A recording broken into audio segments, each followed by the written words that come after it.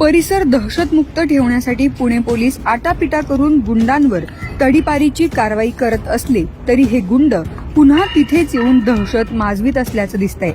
त्यामुळे पोलिसांची दहशत कमी आणि गुंडांची जास्त झाल्याचंही नागरिकांच्या भेटीनंतर स्पष्ट होतं। तडीपारीनंतर गुंडांचा वावर शहरातच आहे हेही स्पष्ट आहे। याच सराईतांकडून खंडणी विरोधी पथकाने 4 पिस्तुलांसह 8 काडतुसे असा शस्त्रसाठा जप्त केला। या कारवाईत पोलिसांनी 4घांना अटक केली असून आरोपींमध्ये तडीपार गुंडांचा समावेश आहे।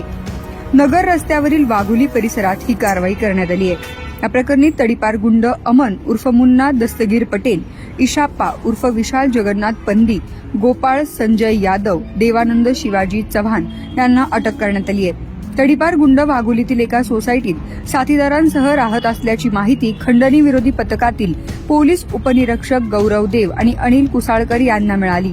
त्यांच्याकडे देशी बनावटीची पिस्तुले, कारतूस असल्याची माहिती मिळाल्यानंतर पोलिसांच्या पथकाने तेथे छापा टाकला।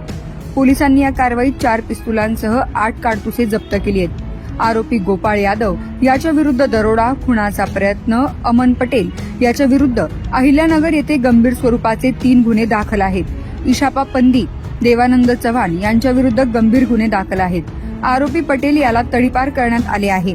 आरोपी गंभीर गुन्हा करण्याच्या तयारीत असल्याची माहिती पोलिसांनी दिली आहे। तडीपार गुंडांकडून जबरी चोरी, घरफोडी, खून, खुनाचे प्रयत्न असे गुन्हे केल्याचे देखील आजपर्यंत घडलेल्या काही घटनात आढळून आले।